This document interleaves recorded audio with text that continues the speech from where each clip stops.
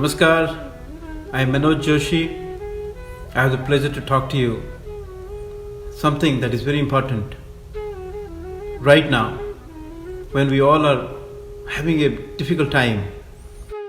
So life is like a game and we have to learn all the rules and regulations, practice before playing the game so that there is a better chance of winning the game. Because there is always, like if you play a game, you'd like to win the game.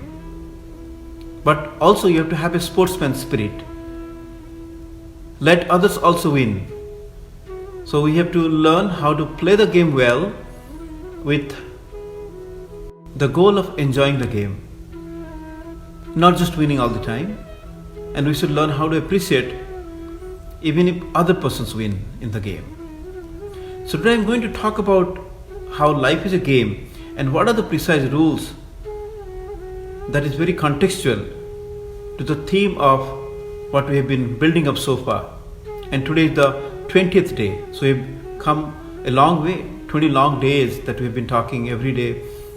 You have been connected to us. That's a great moment for me. It's a great practice for us also to continue the concept and then relate to different aspects of yoga and Vedanta, which gives us meaningful tools and techniques in our personal life, both for our family, for our community, and a global humanity at large. So let's talk about the first rule that is very important in this game of life. The first rule is gratitude. We must be grateful for things that is given to us. And why do we need to be grateful? Because when you feel grateful for something, it just opens up our hearts and minds. We try to become a little bit more expansive. In a mean-mindedness, in a selfish attitude, it will be very difficult to genuinely be grateful for something. So on the contrary, if you're truly becoming grateful for somebody in your life or for something that you have enjoyed, obviously it opens up the hearts and minds and you become a little bit more permeable so that the divine grace can flow through you in a right way and you also experience the lightness of life. And many of the studies have already proven that gratitude begets happiness and happiness begets health. So those people who practice gratitude on an ongoing basis every day, they have been found to be more happy in life. And many studies have already proven that if you practice happiness, if you practice smiling, as we talked yesterday, or when we talked about the stress or smile, so the stress will not have so much of negative impact in your body or mind. Openly be grateful for someone in your life or for something that you have been given. Naturally, if that person makes a mistake, you'll not hold that grudge all your life for a longer time.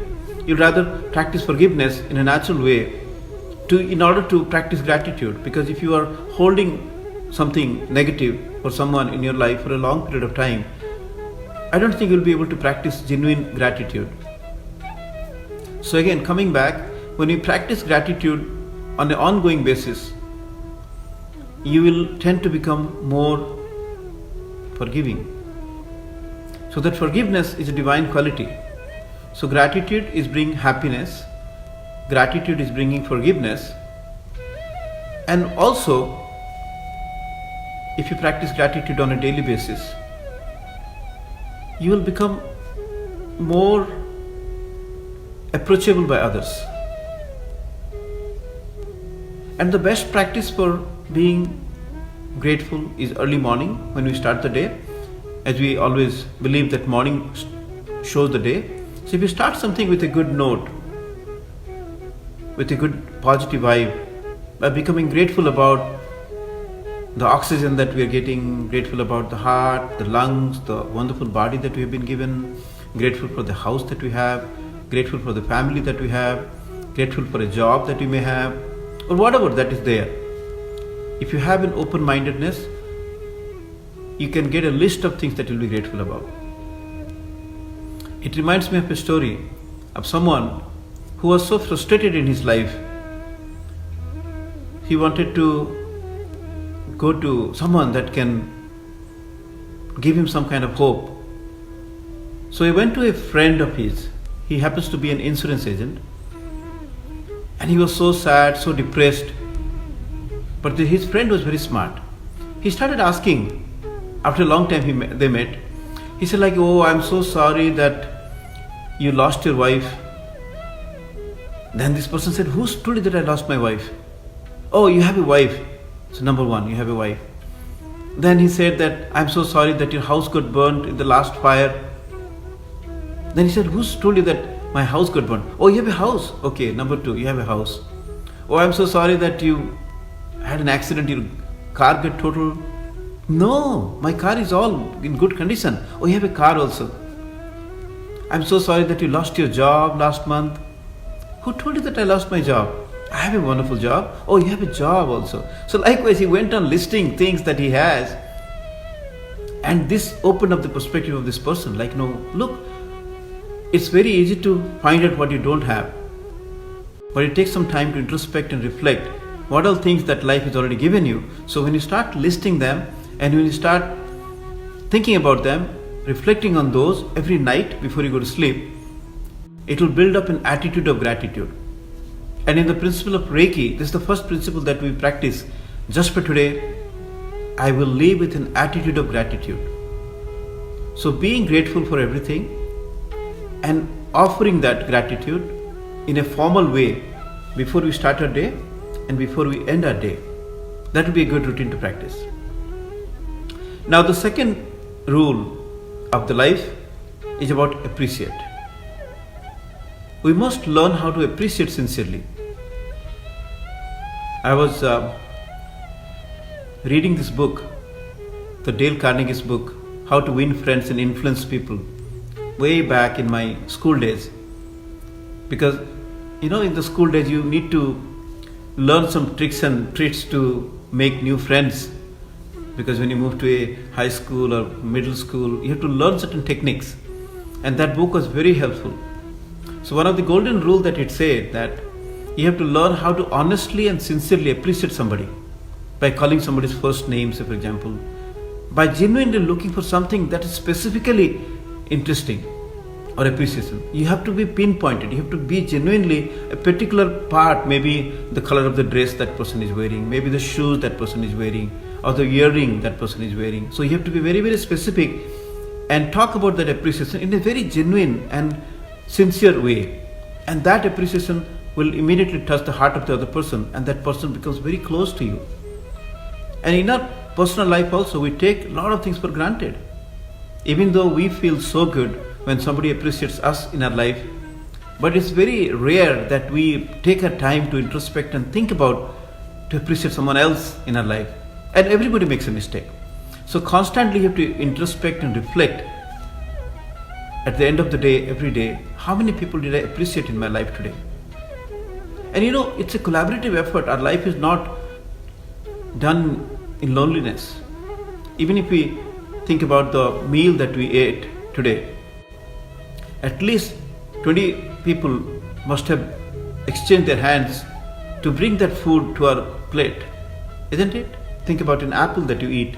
That farmer sowed that seed long time ago. There are so many raindrops, so many sunshine. So many things have been invested by the nature to make that apple tree. Somebody plucked the tree, apple from the tree. Somebody packaged it. Somebody brought it to the store. Somebody got it for you, right? The knife that you're cutting is also made by somebody. The cutting board that you're using also made by somebody. So if you look at least 20 people's hands have been exchanged to bring that food onto your plate. And if we don't practice that appreciation for all those people that have really been behind the scene, it not only gives us a lack of opportunity or kind of a missing opportunity to be appreciating to others, but it also creates a negative karma. And our ancient rishis or the ancestors, they institutionalize a practice. Before you start eating your food, you must offer it to the Mother Earth, offer it to the universe, offer it to the God, by chanting some mantras to purify the food and to appreciate all those people who have made that food available for you. So I'm just giving an example of the food, but likewise there will be so many different things that we may be able to find out where we can genuinely appreciate the people in our life, starting with our close loved ones and going to the friends and colleagues, neighbors, all the people. Even sometimes you have to think back and then do a meditation on appreciation. Maybe you have forgotten appreciating your old friends in your school days or the teachers who taught you alphabets. So sometimes we have to practice this appreciation retrospective. Maybe you can send a letter, maybe send some money, some donation to someone that you think have done a great work, but you have failed to appreciate that person in your life. So in the past, or going back to the past, being in the present, definitely we should learn how to appreciate sincerely. That's the second rule. And the third one is very important, is about mindfulness practices. Because mindfulness is a extension of yoga concept. As you know, when you practice yoga, the stretching that we do, you can't just stretch like a physical exercise only. You have to be mindful about that. Whatever body part that is exposed in stretching your hands or legs, you have to be very mindful. So mindful is a natural extension of being present in the moment, accepting things as they are, having a curiosity of your mind, being compassionate to yourself and others, and paying attention to everything. So if you look at all the different aspects, so you have to be present in the moment to pay attention to what's happening around. That means you're alert. Not just your body is present, but your mind, your soul, your emotion, the wholeheartedly you're present there. Like when you have a conversation with somebody, you have to be fully present, mindful about everything. Mindful about the words that the other person is talking about, mindful about the questions that you're asking, mindful about the body language that you may be using, the non-verbal cues that you might be getting. So when you become fully present in any given moment of time and try to see things, try to feel things using all your sense organs, the different instruments of perception that is given to us, obviously you will invest more of your consciousness. And the yoga talks about wherever you invest your consciousness, your awareness, the experience of that becomes more fruitful or becoming more intimate, more profound experience.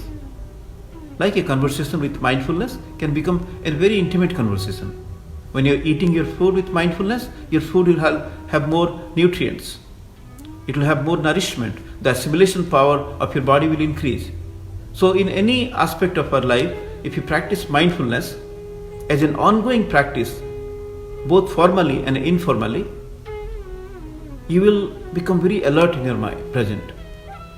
Your mind will not wander so much between the past and the future. You'll learn to be present, and there is always this power of now. So the now is the gift. So if you try to practice mindfulness in anything and everything that you do 24/7, all through the time, it is a practice. So like people say meditation. Meditation can be done for 10 minutes, 20 minutes, 30 minutes, 1 hour. But one of my teachers said that there is no concept like 2 minutes of meditation or 5 minutes of meditation. Meditation has to be 24/7, all your life. You have to be in that state of meditation. And where exactly the yoga also talks about similar concept that I shared earlier. Yoga Rudha Kuru Karmani. That means be in the state of yoga and do everything. And we also explain in a different way. Don't do something for pleasure, do something in pleasure. So when you become mindful, obviously you will have the pleasure of doing it because your consciousness is involved. Because you are accepting things as they are. You are not asking questions. There is no complaints about everything. You just learn how to accept things and how I can do the best with a curious mindset. Right? The curiosity is very, very important. Like in a different way, people say when the apple falls down from the tree to the ground, So everybody understood why the apple falls down. Only one person did not understand why the apple fell down, and he was Sir Isaac Newton. And he investigated for 10 years, he did the research and found out this concept of gravity. So we take for granted, we don't become curious about things, why something happens in our life the way it is happening. So when you become curious and accept as such, become compassionate with yourself and others, and be present in the moment, the formal practice of mindfulness, you will become more happier in life. You become more healthier in life. And that is our goal, to be totally healthy, to be truly happy. Automatically, it will happen by practicing mindfulness. And the last rule today I want to share is expect. You must learn how to expect things in a positive way. We do our best, but also we must expect. So there is a little trick to that. Suppose you expect certain things and then it doesn't happen the way that you expected. It normally causes frustration. But if you go back to the previous step that I talked about, that you are practicing mindfulness, you're learning how to accept things as they are. So they're related. So even if something happens in a different way than what you originally planned for, you still learn how to accept those. So with a proper acceptance and expectation, if you learn how to balance them out, you'll find life will be more easygoing. You'll have problems, but there will be less suffering. You'll enjoy life more. The game of life I'm talking about, it will be more pleasuresome by putting the right expectations, by doing everything it takes. Do the hard work. Everything you must do. And even if something doesn't happen, have that gratitude again.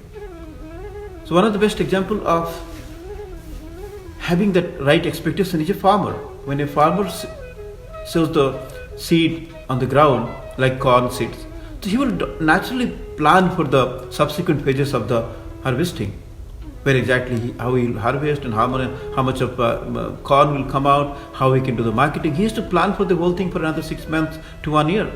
He doesn't really makes a doubt what will happen if something doesn't grow. So he has a very positive expectations the moment he sows the seed on the ground. Like a mother, an expecting mother would always have that expectation to have the baby.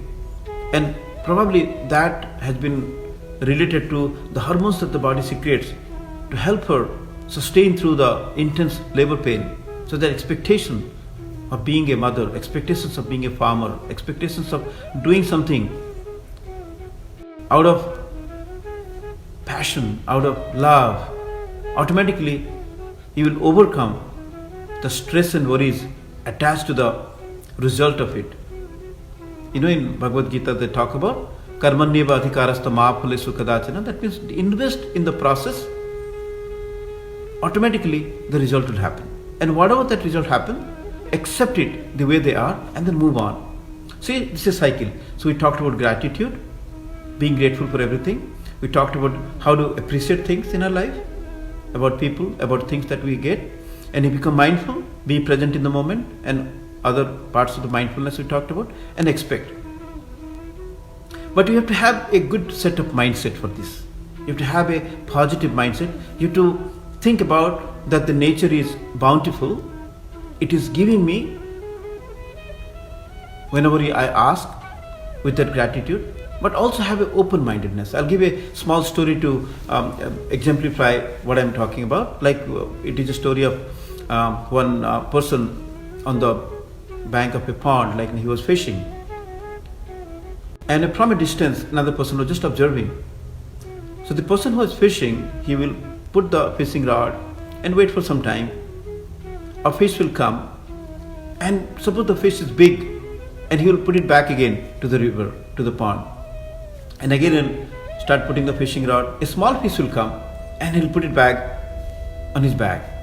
And then again put it down. A bigger fish come, he puts it back again on the water. Slowly he was collecting small fishes and letting go of the big ones. And then this person who was observing for half an hour to 1 hour, he got astonished, like why this person is doing so. And he went to him and approached him, like why are you throwing away those big fishes? And why were you collecting only the small fishes? You have taken so much of time to get those big fish. You see, in my home, I've got only a 6-inch frying pan. That's why, I don't know how to do with the big piece. Right? So having that 6-inch frying pan attitude sometimes causes a lot of trouble in your life. So you must have a big receptacle. We must have a big prepared mind. We must build our capacity to have that bountiful resource that comes to our life after you apply all these different rules that we talked about. So if we become a little bit more careful, I talked about gratitude, I talked about appreciate, talked about mindfulness, and talked about expect. So if you put them together, what does it become? Game. G-A-M-E. As I started, life is a game, play it well. So in order to remember the rules of the game, you can also get it from the word game itself. G for gratitude, A for appreciation, M for mindfulness, and E for expecting, positive expectations. And even if something doesn't happen the way that you expected, again start from the same rule. Again become grateful for whatever opportunity that you got. So friends, let's try to do some meditation. How to apply this game, the new rule game that you learned in our life. So please bring your palms together. And as usual, set this intention for this practice. Our intention is to be totally healthy, truly happy, and build a stronger immune system. So put that like a seed on the ground in your heart, that concept, that thought, and try to create a feeling. Let's raise both the hands up to the sky, keeping the palms open, eyes closed, facing to the sky. We'll start with 5 chants of Om sounds to download the cosmic energy onto our body, onto our mind, onto our spirit. So breathe in.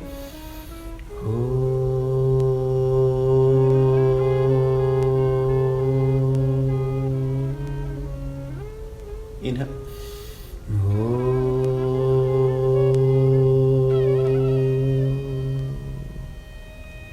Inhale.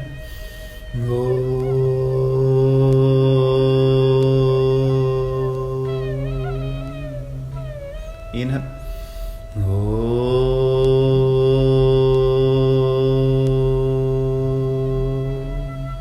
Last one. Inhale.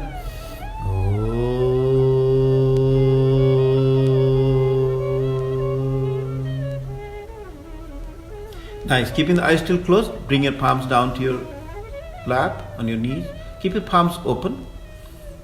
Keeping the eyes closed, try to bring your focus of the mind onto your heart center and feel that Prana Shakti as an embodiment of this concept, gratitude, appreciation, mindfulness, and expectations is emerging in our heart, spreading around with the chant of Prana Shakti in your mind, 5 times as you inhale and 5 times as you exhale. A very simple technique just to enhance the experience. Maybe you can think about an Om symbol in your heart and think about that light is a little bit glowing with your practice of mindfulness, of the Prana Shakti energy, the cosmic energy flowing onto your heart. So we'll stay in this practice for a couple of minutes. Just focus in your breath. 5 times Prana Shakti inhale, 5 times Prana Shakti in your mind exhale. And we are doing it together, so anybody who practices this after some time also, whenever they watch this video, they'll also benefit.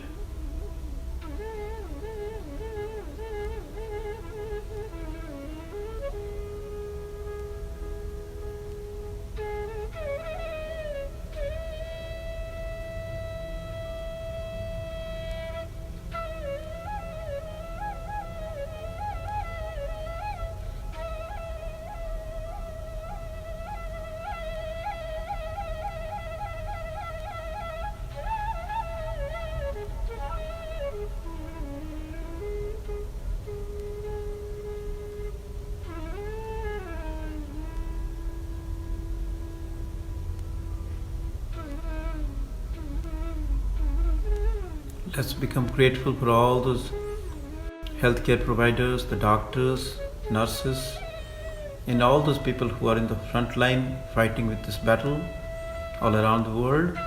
So let's have a deeper sense of gratitude for all those people who are providing the essential services to keep the life running.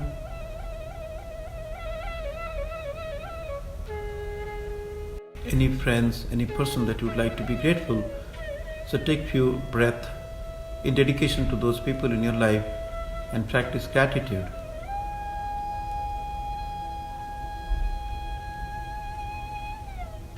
Notice the moment you practice gratitude, the Om sign is glowing a little bit more brighter in your heart.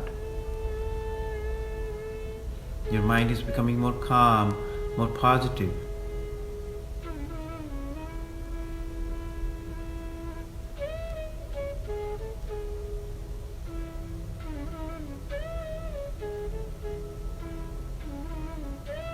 Now let's practice appreciating someone or something that you'd like to appreciate.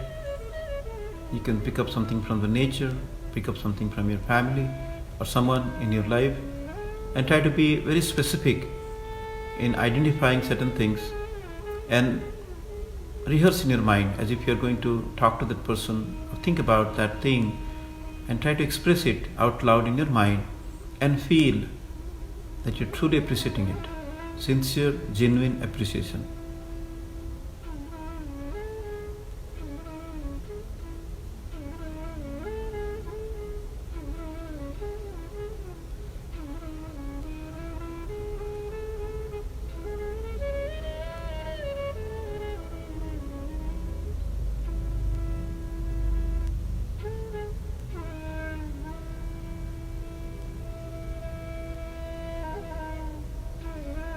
And bring that concept of mindfulness into your awareness. Mindfulness entails being present, paying attention to everything, taking everything with an accepting attitude, with a good sense of acceptance, the way they are. It entails being compassionate to yourself and others.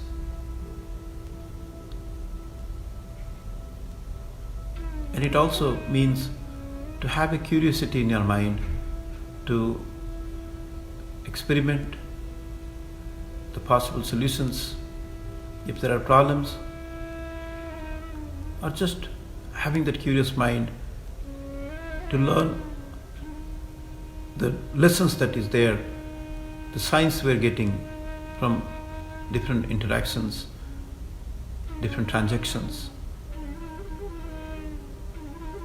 So have that practice of mindfulness and extend this concept of mindfulness for everything that you do throughout the day.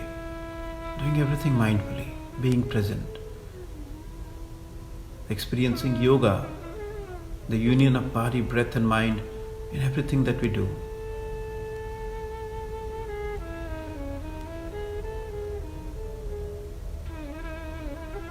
And finally, let's bring our collective expectation that these things are changing faster.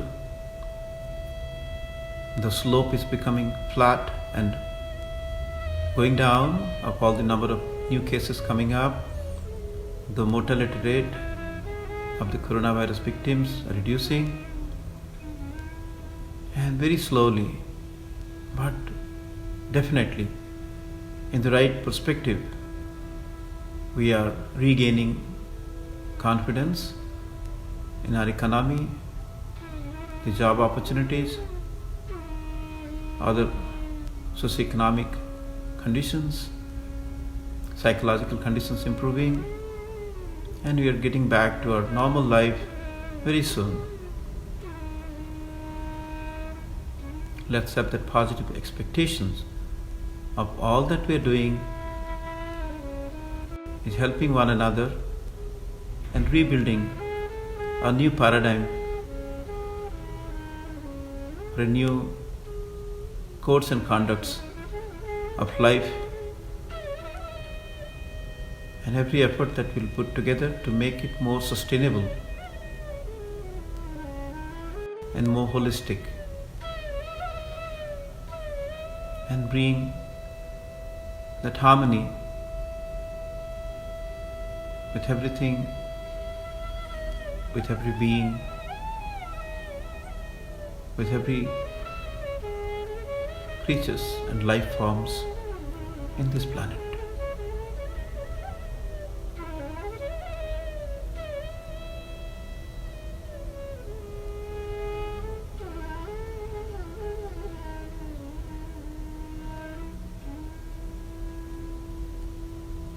Again, try to bring your palms together to Namaskar Mudra, Namaste position, and try to remember about your goal once again. Total health, true happiness, and a beautiful, healthy body with a stronger immune system. Let's connect to our loved ones, thinking about this entire universe is one family, and we all are connected through one consciousness, and that's our true nature.